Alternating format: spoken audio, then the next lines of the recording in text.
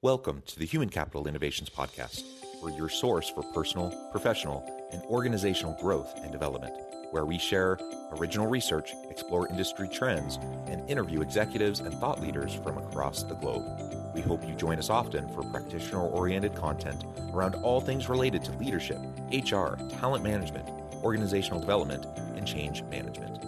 Maximize your personal and organizational potential with Human Capital Innovations Podcast.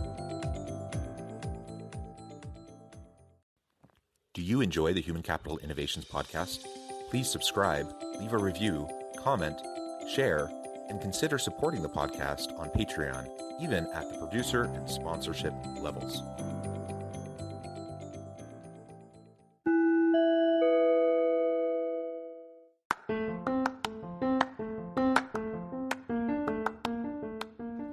Welcome to the Human Capital Innovations Podcast. In this HCI podcast episode, I talk with Alena Sviderskaia about leveraging a strength-based approach to leadership.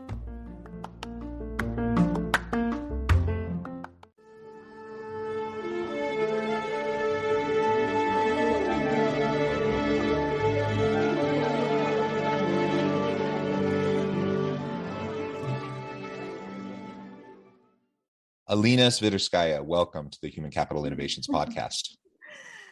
It's so nice to be here. It is a pleasure to be with you, and I appreciate the thumbs up as I'm trying to get your name pronunciation correct, and I appreciate your patience with me on that one. But it's a pleasure to be with you, and today we're going to be talking about leveraging a strength-based approach to our leadership. And of course, there's a lot of materials out there. I'm sure people have heard of StrengthsFinder, and there's a lot of different approaches to how we can develop ourselves. I personally really like the strength-based approach primarily. I like kind of an asset-based approach, building upon what you have, as opposed to a deficit kind of conception or mentality, because I think that's just starting from a place of defeat, really, and it's not leaning into a growth mindset. So I think this is going to be a really fun conversation. You're joining us from Toronto. I'm south of Salt Lake City in Utah, and before we get started, I just wanted to share Alena's bio with everybody. Alena Sviderskaia is a passionate leadership coach, speaker, and facilitator located in Toronto. Her work is focused on helping organizations become positive and innovative places to work by turning managers into high-performing leaders and strategically tapping into innate employee strengths to create a culture of passion and full engagement. Her biggest passion is showing people a glimpse of their potential, help them break down the mental barriers, and most importantly, inspiring them to take action. Alena holds a degree in psychology from McGill University and is a graduate of Coach U coaching program, a creator of Empowered to Lead program, and a co-creator of the Work and Wellness Amplified program. She uses her extensive and diverse corporate experience and a relentless drive to succeed to deliver results for her clients while supporting them through the process. What a tremendous background. It's, again, a pleasure to be with you. And anything else you would like to share with listeners by way of your background and personal context before we dive on in further? Yeah, I think, this topic, I'm passionate about leadership, of course, but this topic in particular is really dear to my heart because for many, many years, I actually approached my development from the weakness base and kind of trying to get to the average level, really being fully aware of my weaknesses, right? And then what I realized is that the corporate world, everything around me was also focusing on weaknesses, right? And when we had great performance, it's great, but then there's that constructive feedback of saying, well, you didn't really do well here. And so that just stood out so much. And it's, I think, just natural tendency of our brain to focus on the negative and to create that shift into, okay, we can have 5 things that we did great, but then there's one thing that we didn't. And all of a sudden our mind goes straight there. And we're always thinking, well, I'm not good at this. I'm not good at this. I'm not good at this. And that approach, actually, what I realized, made me give up on so many different things because I was trying to focus on improving my weaknesses and using it more. And like you said earlier, it's not a really great place to be. So the moment I personally switched to strength-based approach to life in general, it became a game changer in my business, in my corporate world, with my clients, and I see it with my clients all the time. So it's a very dear topic to me. I'm really looking forward to it. Yeah, Well, in the way you said it was a game changer, I can remember, it wasn't a moment, but over a period of time, I can specifically remember in my late teenage years, as I started to shift that mindset. I was doing mission service for my church in South Korea, learning the Korean language, immersed in the Korean culture, away from family and friends. And it's just a very, very difficult kind of a situation, very taxing.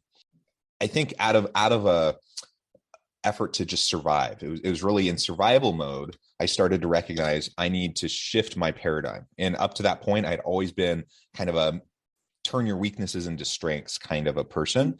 And that was always my focus. And I still think there's some value to that. But because I was drowning in all my weakness in this context, that I had to find a way to focus on those things that I was good at and build upon those. And then over time, my weaker areas, I started to level up and started to become more competent in those areas as well. But really, by leveraging my strengths, I was able to have success far earlier than I would have been able to had I kind of waited around for all of these really weak areas to become strengths. Because the reality is many of those areas were never going to become strengths. They're never going to become strengths. It's just not my talent, right? And so you recognize your talents, you recognize your strengths, you lean into those, and it is rather freeing when you can let go of that burden. Let go of potentially shame, embarrassment, potentially, what the imposter syndrome, whatever. You can let go of that and just recognize, I'm not good at everything, and that's okay. That's why we have teams of people around us. That's why we have others who complement our skill set, so that together, collectively, we can have the strengths needed to be successful. But I don't have to be all things to all people all the time. And once I was able to mentally let go of that expectation on myself, or perhaps what other people were putting on me, it just changed my outlook on everything. It changed my outlook on the world. It changed my outlook on learning and growth. It changed how I thought about myself, how I interacted with others. And, I can just remember that transformation as it was happening in those years. And that put me on a completely different path than I would have been on had I kind of stuck in the old mindset that I had always operated on. Oh, there's so many things that you have said there that first of all, I can definitely relate to that. But it's also, I think, leveraging strength. And you mentioned the word leverage, and I love it because it's really, strength is like a lever, it allows you to do things easier, faster, and it's just to a bigger extent, right? And another thing that you mentioned that's really, really stood out for me is that saying, like accepting you are who you are and letting go of that shame and embarrassment and really focusing on all the things that you're not versus really celebrating all the things that you are. And the way I see strength is there on a spectrum. So every strength you have, there is a corresponding weakness to that. So all our weaknesses is the opposite side of our strength, if you think about it, right? So when we focus on that, we're ignoring the other side of the coin. For example, if we're really inspirational and we can create the speeches and influence people with our thoughts and really energize large groups of people, well, then probably we may not be really that great at details and finishing things up, right? But we're focusing on that versus, hey, I can influence, I can energize groups of people. So and when it comes to leadership, I think there's also that responsibility of when you don't accept yourself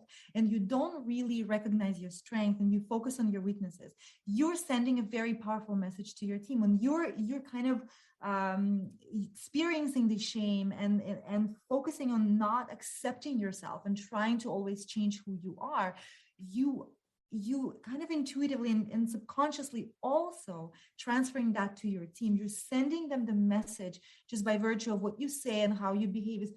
It's not okay to accept who you are. You always need to kind of focus and fix yourself. It's that place of fixing yourself because you're not good enough versus thriving and leveraging and celebrating. So I think just there's so many things that you said there. Thank you for sharing. Well, and thank you. You say it so well also. And your example is just an example of one of those that is not my strength. So I learned early on, I'm not a charismatic type of person. And, I'm introverted. I'm kind of a thoughtful person. I sit back, I listen. I'm good. I'm an effective communicator, but I'm particularly a strong writer, and I'm not always great in the moment if I'm in front of a large group of people. And so that charismatic leadership, that's not my strength. And for a long time, I thought, well, I'm never going to succeed in my career because I don't have that kind of extroverted, charismatic kind of an approach. For a while I tried, and it wasn't authentic, and people can tell, like it's just fake, and it comes off, it doesn't land with people. And so once I was able to let go of that and just be who I was and leverage, the kind of the quiet calm that I tend to exude when I'm around people, and just the consistency. I'm really good at things like consistency and just hard work and focusing on the needs of people and being supportive. Like, these are things that, I believe I truly have strengths in. And you know what? Those are important in leadership too. And so I'm just going to focus on those when the time comes that I need that kind of get everyone riled up, kind of charismatic kind of an approach. Maybe there's someone else on my team that I can have do that. And that's fine. And I don't have to be all things to all people. So once I recognized that specific area of myself, it really allowed me to unlock my energy towards what was going to be most productive. And the opposite would be true too. Like you said, if someone, not that it's mutually exclusive, you can be charismatic and detail oriented, but you're right. Sometimes people who are more extroverted and charismatic, sometimes they're not always as focused on the details. And if that's the case, that's okay. Like, have other people on your team that can chime in and tell you what needs to happen and follow up and focus on the details or those other areas that maybe you're less inclined to pay attention to. And that's totally fine. So again, getting rid of that burden of just expecting ourselves to be good at everything, or even, I would say kind of the cultural expectation that through enough grit, we can make every single weakness we have into a strength.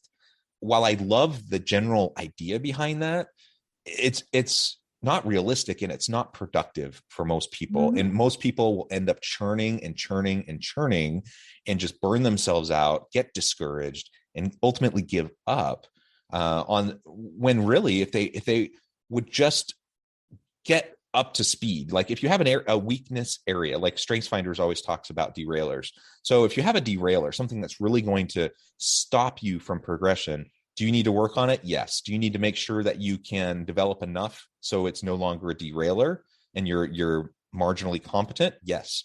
But is that ever going to become your area of strength? Most likely not. And putting all of your energy into that is going to be a waste of time and energy when you could be focusing on things that are going to be much more beneficial.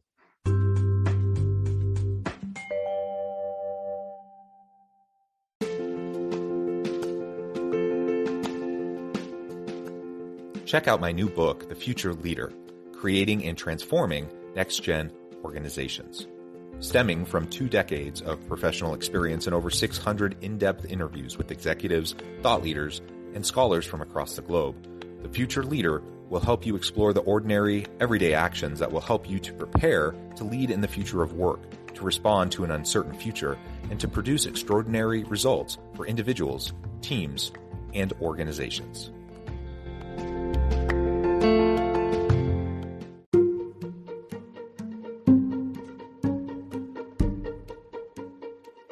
Welcome to the Human Capital Innovations Academy. Courses, micro-credentials, and certificates to upskill and reskill for the future of work. All HCI Academy courses, micro-credentials, and certificates are designed, developed, and delivered by award-winning and internationally renowned scholars, educators, thought leaders, executives, and practitioners. Our courses, micro-credentials, and certificates will help you make your mark on the future of work and make an immediate impact in your organizations. Check out the HCI Academy and our many course offerings and certificates to upskill and reskill for the future of work.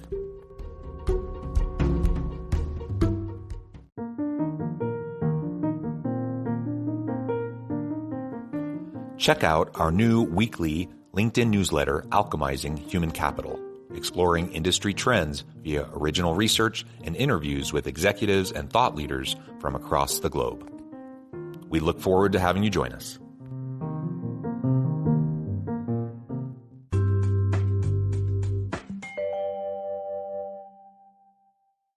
Absolutely. And something that you mentioned earlier is that the how, right? The how of getting to the result you want can be so different. So like you said, your style of leadership and your strength are very different from other people. And there was this survey done of 20,000 leaders that are really effective. And what researchers realize is that they don't share the same qualities.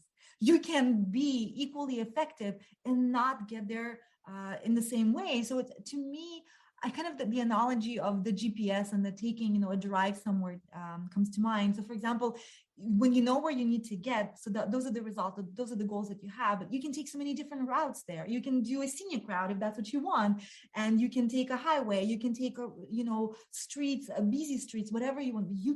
There are many different ways to get there, but you are going to get there. And the more you realize what those strengths are and you make it your intentional strategy to use that and leverage that, the more enjoyable this path would be for you. And it's those day-to-day activities is that's what really creates your energy, because there's a lot of conversations about time management, and time management, yes, there's a lot of things there, but it's the energy that is expandable. We can't change the number of hours in a day, but when we show up and we're energized and we're motivated, we just do things differently. We just do it, and the energy just multiplies. And that's what happens when you use your strength. You just show up differently. You think differently. You're more creative because you enjoy it. So when you enjoy doing something, you're going to do it, and you're going to invest more time in it. You're going to invest more of yourself into that. Whereas when you start with this kind of a negative balance and you need to bring it to zero, that's what weakness kind of is, right? So we kind of want to get it to the acceptable level where it doesn't become a risk anymore. But it's like that debt that you need to repay. The motivation towards that is much lower. You're going to procrastinate. You're going to find excuses of why not to do it. You're just going to dread it. It's going to create a very different experience for ourselves. And I just recently read about the survey that Gallup did, and it showed that only 1% of people get discouraged when their managers actively leverage their strength, versus 40% of people that get discouraged when managers ignore their strengths. That's a big difference. That's a big gap. So that leveraging our strength can be such a competitive advantage for leaders who are able to know their strengths, know the strengths of their team, and leverage. And like you said, it's about then partnering up with other people. And I think being well-rounded is really overvalued. It's like you said, it's nice theory. It's nice in theory, but in reality, being well-rounded, but having a well-rounded team is a much better concept than being a well-rounded individual. Yeah, absolutely agree. And so again, as we're talking through this, I think everyone listening is probably, thinking of similar kind of experiences and examples in your own personal life. I think that's super helpful. And so think about how all these topics, all these principles are applying directly to you. That kind of self-reflection is ultimately going to put you in a place where you have the best potential to, make a plan and perhaps in some cases shift your strategy as you work to develop yourself. One thing that you've kind of mentioned a few times, Alena, as we've gone through this conversation to this point, is about some of the different types of behaviors that we might go through as we're trying to develop a strengths-based approach. So what would you see as some of those key leadership habits or behaviors that we have to really become more comfortable with if we're going to leverage not only our own strengths as a leader, but also help our team to do the same, to recognize their strengths and to leverage them? So I think there's actually quite a few different ones. I think the first one is really this habit of being okay with asking for help.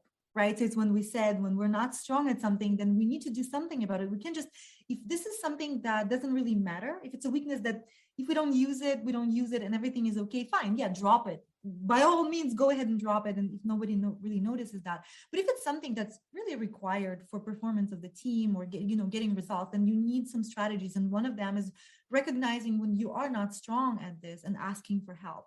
And it's a win-win really, because not only you're going to get results that are much higher than if you try to really work on this and go against who you are and try to improve that weakness, but it also shows your team that it's okay to ask for help. So that's kind of, again, modeling your behavior and saying it's okay not to be good at everything, and it's okay to ask for help or ask for people's feedback and kind of brainstorming what can we do about it. I think it's also a habit of curiosity, because recognizing your strength takes time. It takes space, because oftentimes we think we're self-aware, we're really not. And when we are strong at something, oftentimes we assume that if we like doing it, and if we're good at this, when everyone is good at this, well, what do you mean you don't want to talk in front of a lot of people? Or what do you mean you don't like to learn? Like, I think it's common, but just because we're good at that, it doesn't mean that everyone is good at that. So that's where we need to have a very, again, intentional approach to recognizing your strength, getting that feedback from other people. Maybe it's just doing the strength finder and getting that input from others. And also then being curious about what your team's strengths are. And that requires intentional focus, is maybe looking at their performance. Where do they excel? What are they really proud about? What are they excited to do? What is in their development plan that they kind of put forward and said, I want to develop this? And even asking them, what do you think your strengths are, right? So it's understanding what the strengths are, and then you can strategically leverage them. But it's also around then having a strategic approach to building your team, right? We talked about how it's better to have a well-rounded team. Well, that it takes effort, is recognizing the strength and then realizing, oh, I'm really good at, let's say, execution, but I need somebody who's really good at relationship building. So then when you build your team, is how do we focus on having that well-rounded team and then using their strength to the best, to up level the results of the whole team.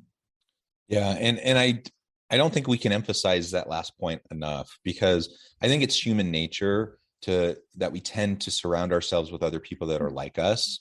And so when we talk, in theory, talking about creating a well-rounded team and a diverse team, not just racial, ethnic, gender, sexual orientation, diversity and such, but cognitive diversity, people with different approaches and styles and worldview, right? As we talk about that, I think everyone recognizes, that's important. We need to do that. But human nature pushes us towards surrounding ourselves with people who are like us, right? And overvaluing similarity and undervaluing difference.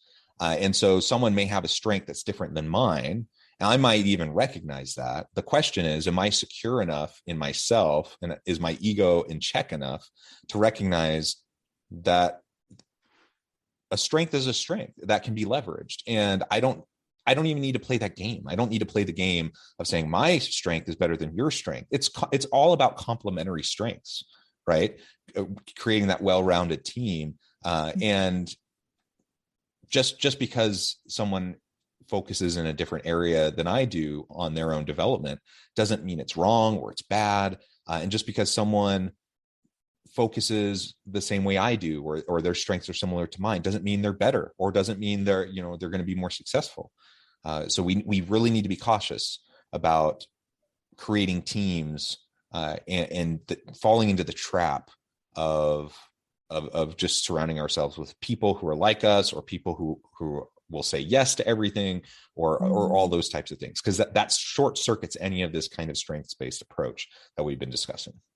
Yeah, I love that you mentioned that bias that we have, right? And it's, again, the same way our brain is biased to see more, look for more negative things and focus on them, because it's meant to protect us. It wants to recognize all the dangers. That's why we're really focusing on all the negative and the weaknesses. But it requires to get off the autopilot. right? Because if we just continue with the flow, our brain is not going to take us to the right direction. And I also enjoyed the fact that you said, it's complementary strength. And the side bonus of that is that when we have complementary strength in a team, we are not competing as much, right? So because we all have our roles to play, we feel valued and we can work on our almost an expert status, right? Because we feel valued because we know what we bring to the team very clearly. We don't have to compete with other people. And I think this is also very important to have a productively diverse team. So cognitive diversity, I love that you mentioned that it's not just some external elements that we need to be diverse in, but it's also points of view, the way we process information, all of those things, the strength and characteristics and skills. If we can leverage that, then it becomes 1 + 1 equals not 2, but 3 and 4 and 5. And the solutions that we can come up with, it expands the options, it expands the views of the situation, and we can just make better decisions. Yeah, well said, Alena. This has just been a pleasure. We've only scratched the surface, but I note the time and I'm going to have to let you go here in a few minutes. Before we go, though, I wanted to give you a chance to share with listeners how they can connect with you, find out more about your work, and then give us the final word on the topic for today. Yes, in terms of where to find me, LinkedIn is probably my virtual digital home. That's where I spend most of my time. That's where I post my content and trying to really help managers become leaders and elevate their skills. I also have a website, Sviderskaia.com. And in terms of the strength leadership, which is the topic, I thank you so much for having this fantastic conversation. It was just such a pleasure to talk about this. I'm really passionate about it. So I can see that you are as well. And it's just start somewhere. If you don't know your strength, it's okay. There's so many different assessments. There's so many different exercises that you can do. Ask people around you. And trust me that just understanding your strength will just elevate your experience at work to a different level, because we spend so much time at work, and it's definitely worthwhile to invest your time in making this time more enjoyable, more flow, more ease for you, and it affects the rest of your life. Anything you do, it just expands. So I really hope that people will invest in that. Yes, wonderful. Thank you, Alena. It has been a pleasure. I encourage listeners to reach out, get connected, find out more about what Alena can do for you. And let's build on our strengths. Let's leverage our strengths and the strengths of our team and just make the workplace a much better, more productive, more innovative place. And as always, I hope everyone can stay healthy and safe, that you can find meaning and purpose at work each and every day. And I hope you all have a great week.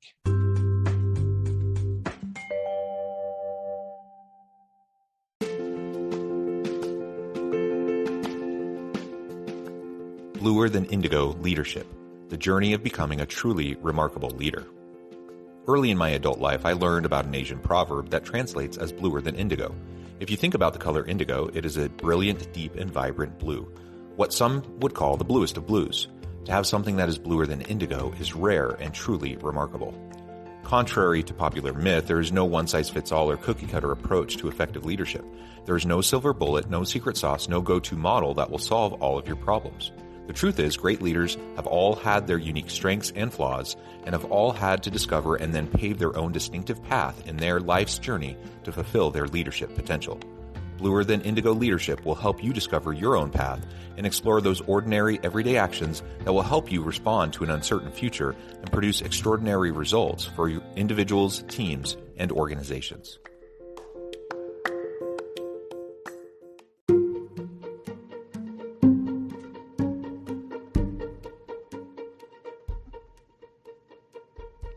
Check out Human Capital Innovations magazine, Human Capital Leadership. Human Capital Leadership is a free, interactive e-magazine with the mission to help individuals, leaders, and organizations find innovative approaches to maximize their human capital potential. We publish issues quarterly in August, November, February, and May. Take a look at the latest issue and let us know what you think.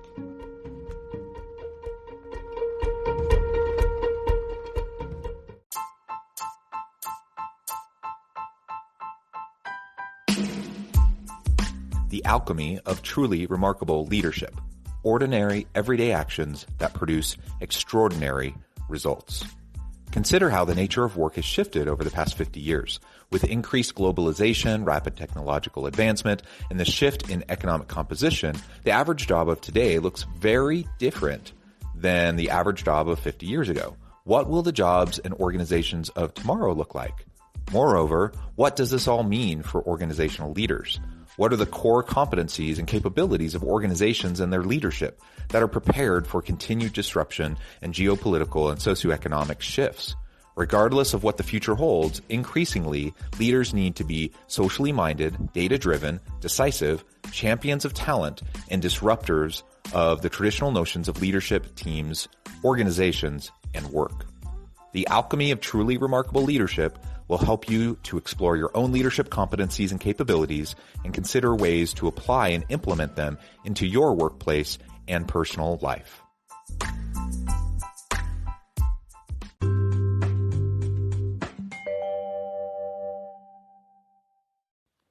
Do you enjoy the Human Capital Innovations podcast? Please subscribe, leave a review, comment, share, and consider supporting the podcast on Patreon, even at the producer and sponsorship levels. Thanks again for joining us for this episode of the Human Capital Innovations podcast. I hope you stay healthy and safe and that you have a great week.